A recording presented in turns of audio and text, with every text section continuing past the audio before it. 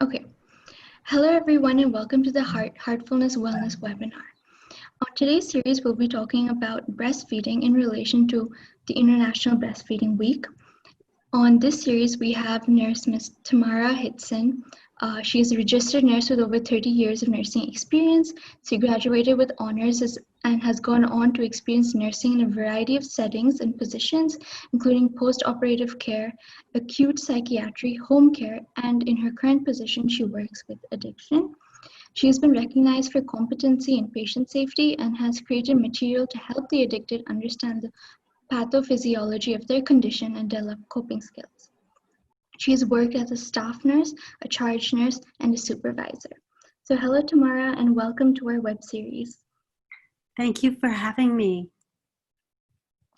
So just like a quick introduction to the topic, we are celebrating International Breastfeeding Week.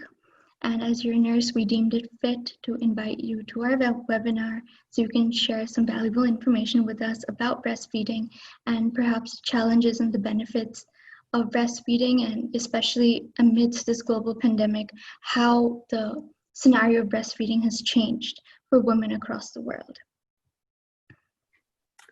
Yes, there's the pandemic affects everybody. New mothers face a lot of challenge, and the pandemic has added another challenge to their lives. But at the same time, breastfeeding is so simplified because with formula, you have to go out and purchase it. You have to spend more money. You have to prepare the formula in the middle of the night and have those, prepare the bottles and make sure they're all safe for the baby. But with breastfeeding, you can just get up, hold your baby and feed. And hopefully everything goes well. So yeah, it's very, very comforting. It develops a closeness, and it develops the relationship between a mother and a baby, which is absolutely essential for that child's development. If it's possible. Sometimes it's not, but if it's possible, it helps develop the brain. It helps develop a lot of different aspects of their relationship, which will pay off later in the long run. So I guess amidst this global pandemic, have you seen perhaps a gravitation towards breastfeeding versus bottle feeding? Is there like a trust issue that perhaps women may prefer their own bodies compared to using a foreign object such as a bottle, because we already know the virus does travel from touch. So is that something that you've seen in your workplace?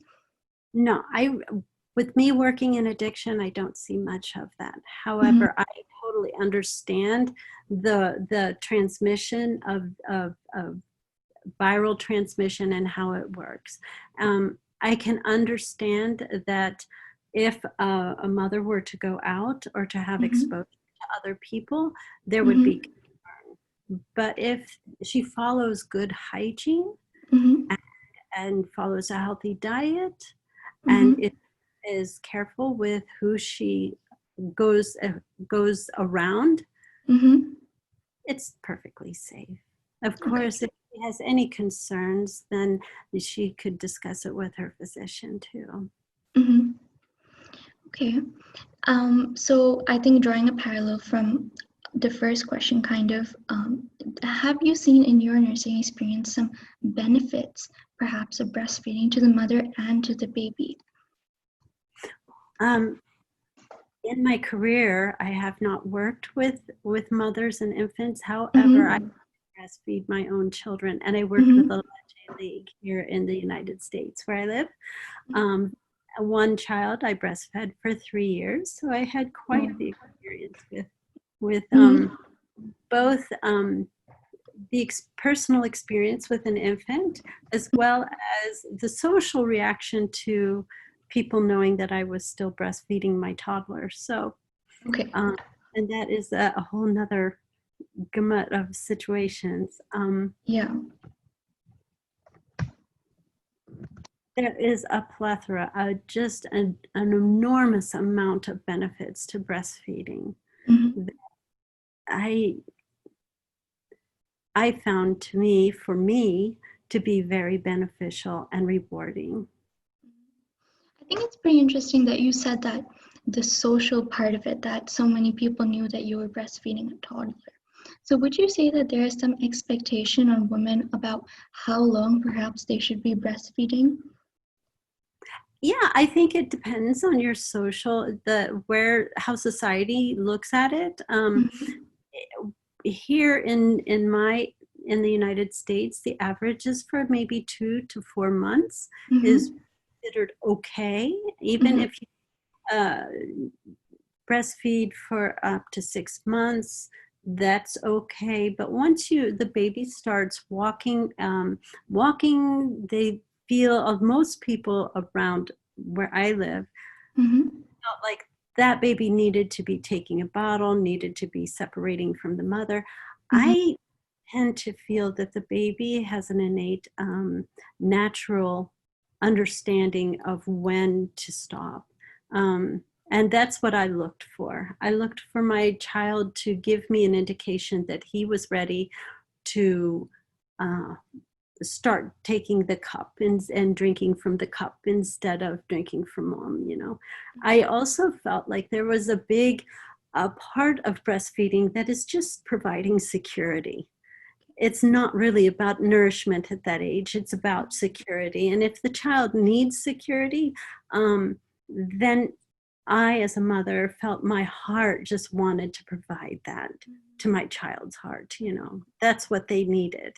And Mm-hmm. I know that in the first 4 months, at least in the first 4 months, how that interaction happens between a mother and an infant develops the way that child is going to perceive others, and it's the rest of his whole life. Mm-hmm. So with the warm embrace and the closeness and the comfort provided by breastfeeding, there's there's nothing that can replace that.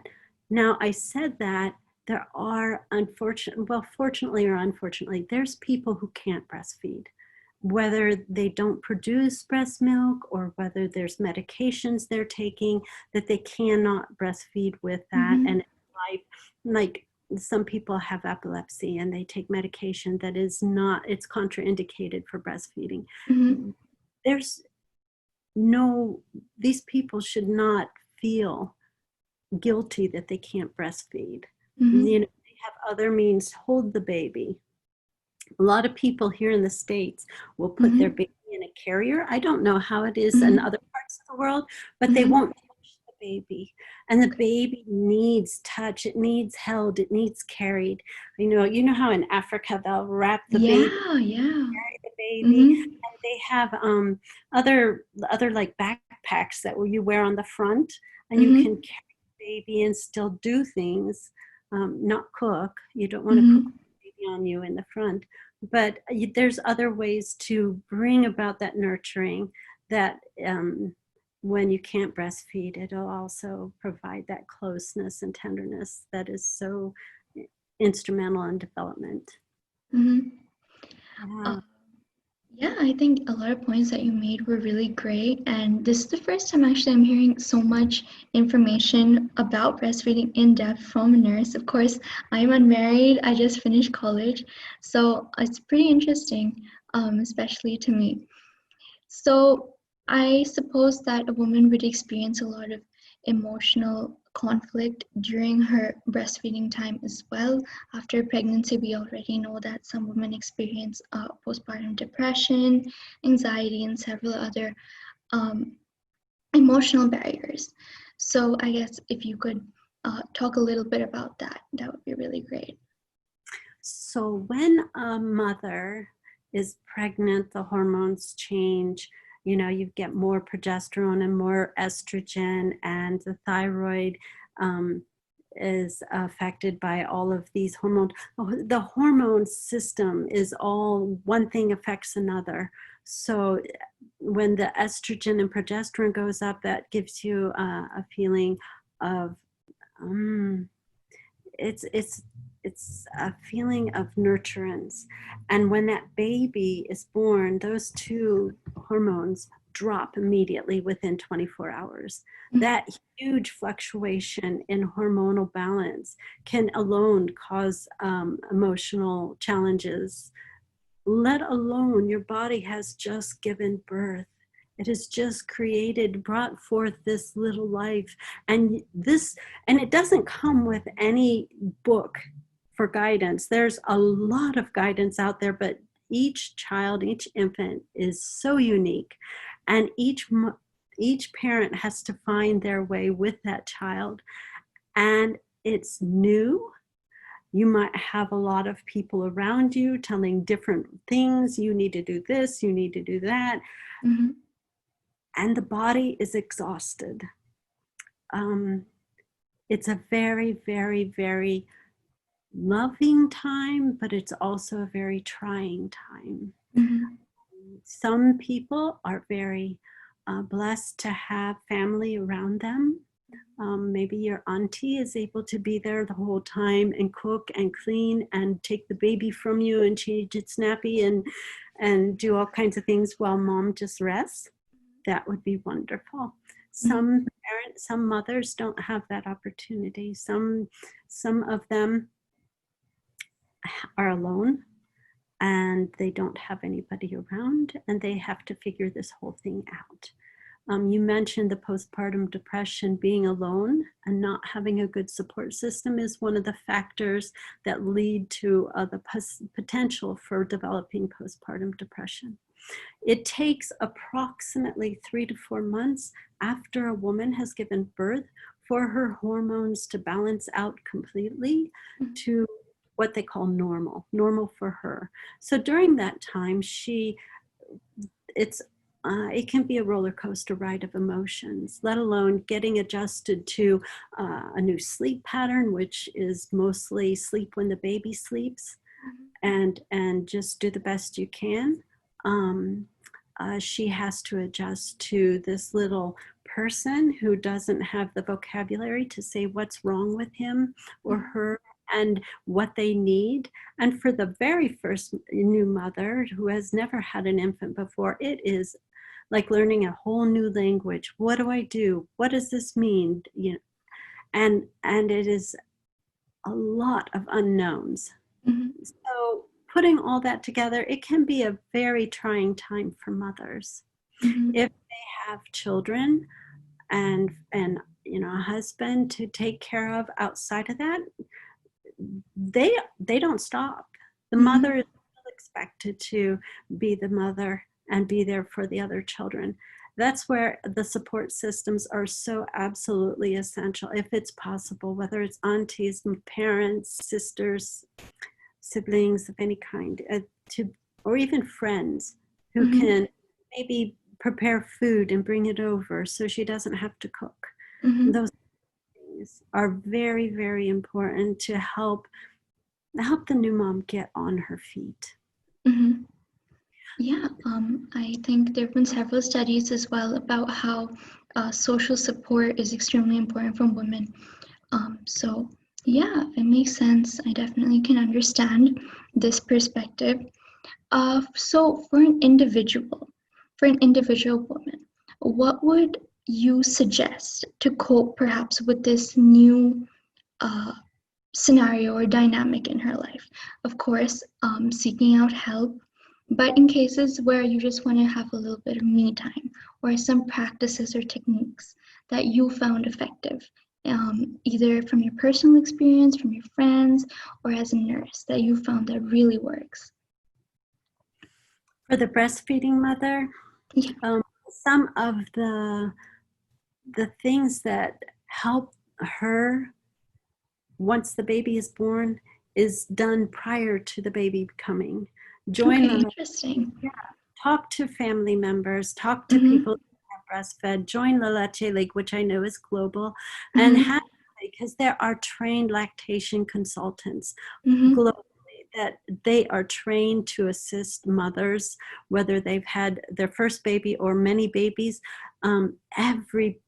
Every woman's experience is different, and every woman's experience with different babies is different. So Mm-hmm. it's because you've done it the one time doesn't mean that the next baby's going to be the same. Mm-hmm. So do that, prepare for that.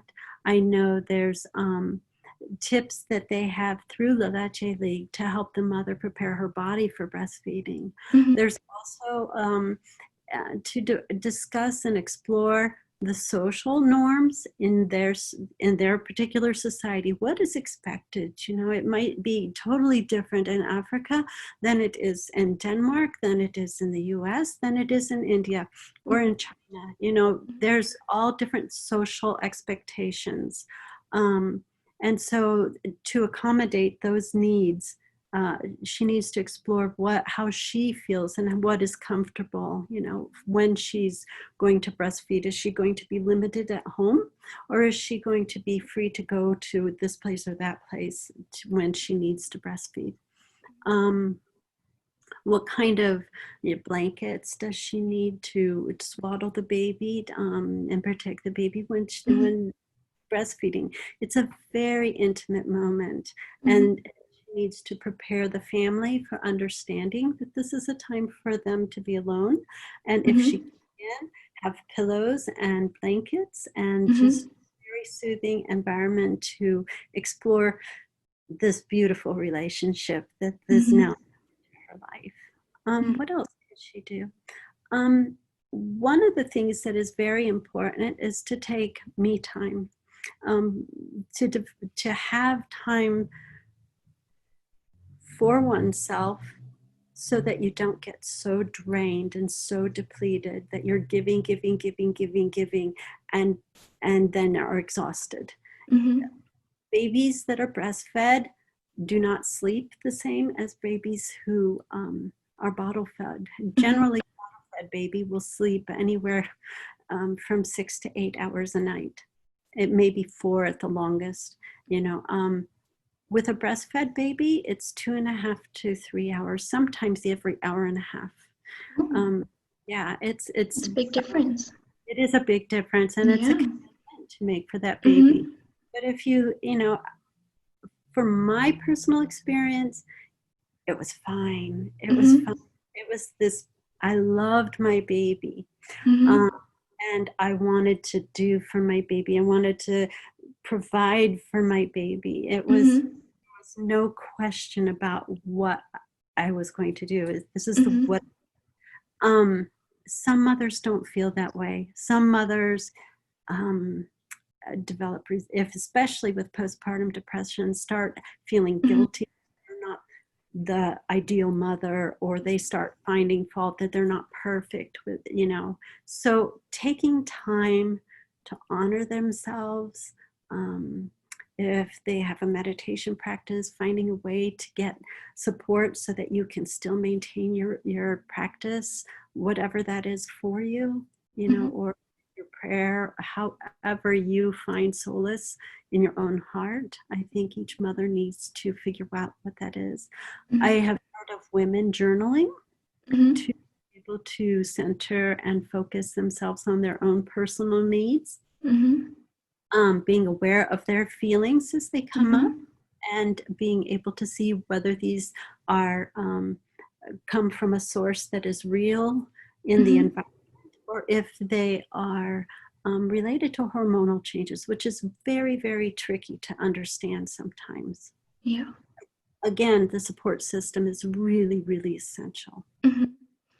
So I know that you've done some extensive work on compassion. So how do you think we can be more compassionate towards women during this phase of their life, be it either those who have some PTSD or some emotional barriers, or those who are just entering this new phase of their life? Compassion. Is my heart. I also study nonviolent communication. So when you ask me that, what comes to my mind is ask the mother. Ask the mother what she needs. What is she feeling? How can you help her?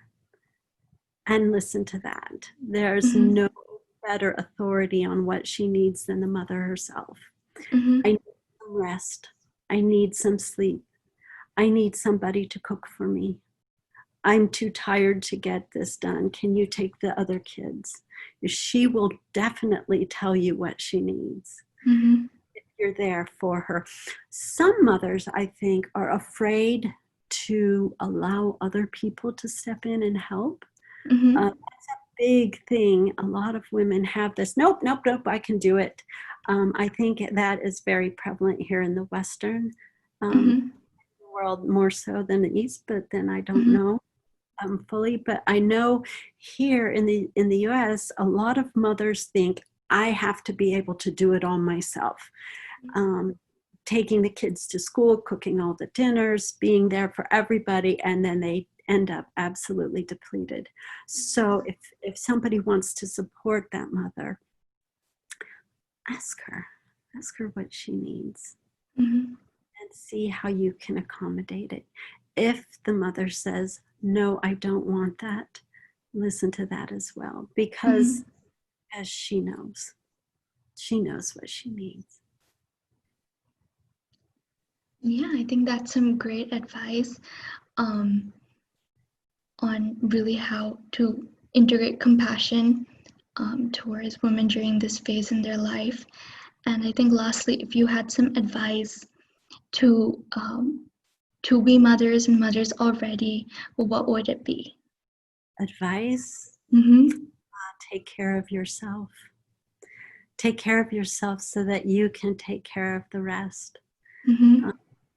Remember that I know one of my spiritual teachers said that it's not really our baby. They're not really our children, but they're from the divine. And we are just helping to raise these divine little beings. Mm-hmm. And remember that parenting, being a mother, is an act of service. Mm-hmm. And when one heart connects to the other, there's nothing that can't be handled, managed. All challenges are met with, when they're met heart to heart, there's always a solution. Always a solution to every problem. And there are challenges. There's a lot of challenges with parenting, whether it's sick children, whether it's unexpected disasters happening, or Mm-hmm. I had a tree fall on a house one time. So, you have to just, like, you Mm-hmm. don't know what's going to happen. So just understand that things do pop up, things happen, but you're with trust and just knowing that you're serving this little being and helping that little being rise to its fullest abilities in its spiritual path and growth. It's all possible. It's all possible. And the way will come out once you look for that. Sometimes we don't know where to go and how to get the Mm-hmm. answer. If you just have a little faith, it's there. So have faith, take care of yourself, and yeah, and ask for support. Ask for support. Don't think you got to do it all by yourself. So, Tamara, how would you say you were able to balance the duties of being a new mother and take time for yourself at the same time, like to preserve your own identity while also coping with this new dynamic in your life?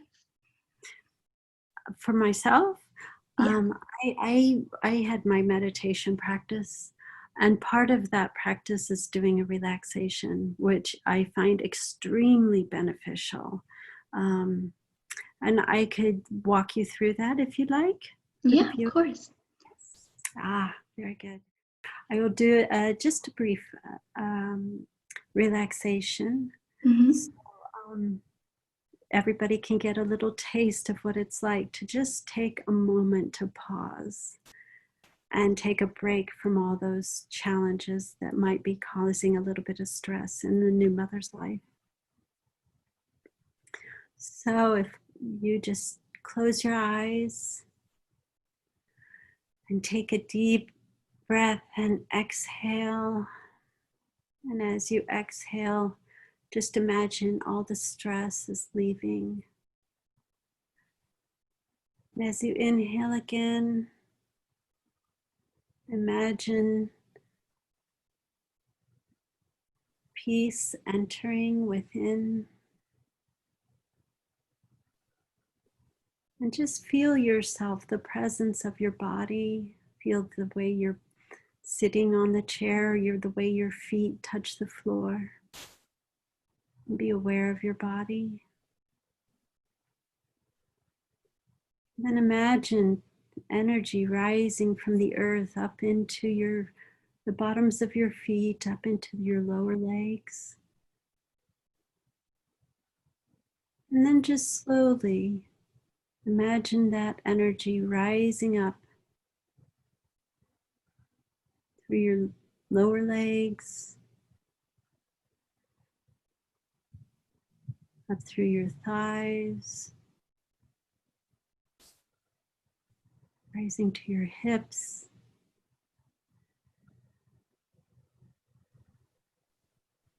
It continues to rise, and as it rises, it relaxes your body, relaxing your stomach, your back. And any aches or pains or any tension that the mother feels, she can relax. Breathe into that area. Breathing a little more relaxation into those spots. Bring that energy up to the shoulders, down into the arms.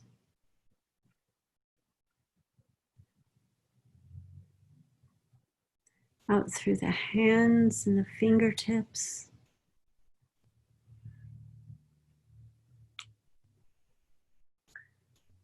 And then letting that energy rise up from the shoulders into the neck. And relaxing her head. She can move her neck around. Bring it up into the head, face,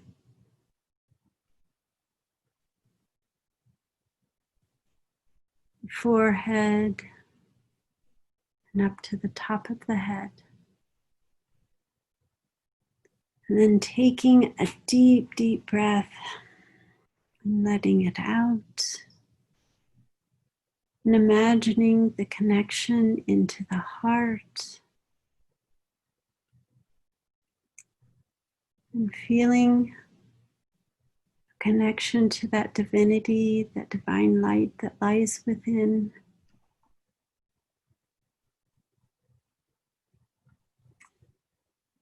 And she can just stop there or stay with that for just a moment. However long it takes for her to feel that she has found her center again and she's back to a perfect balance.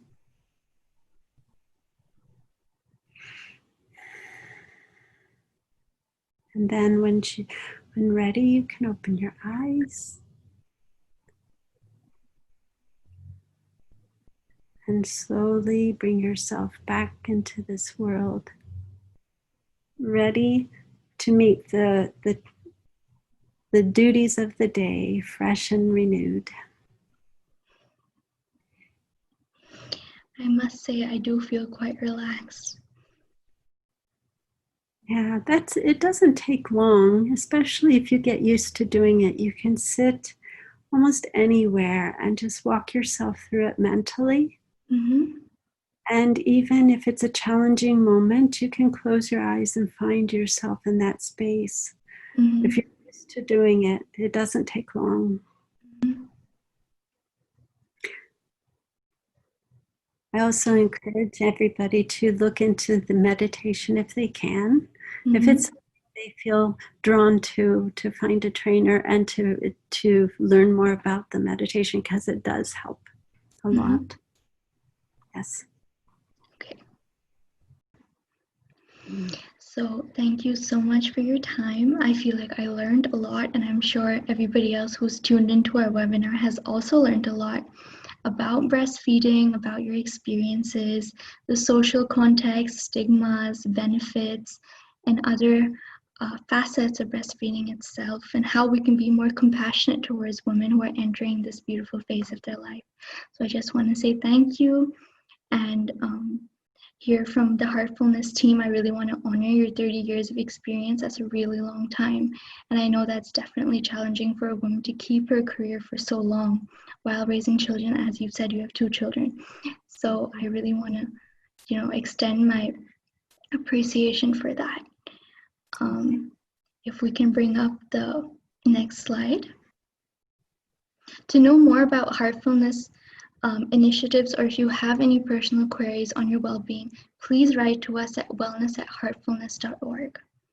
You can connect with us about Heartfulness on our mobile app, iOS or Android. We also have a Heartfulness magazine, a free meditation masterclass, a Udemy course, and a web link for Heartfulness practices.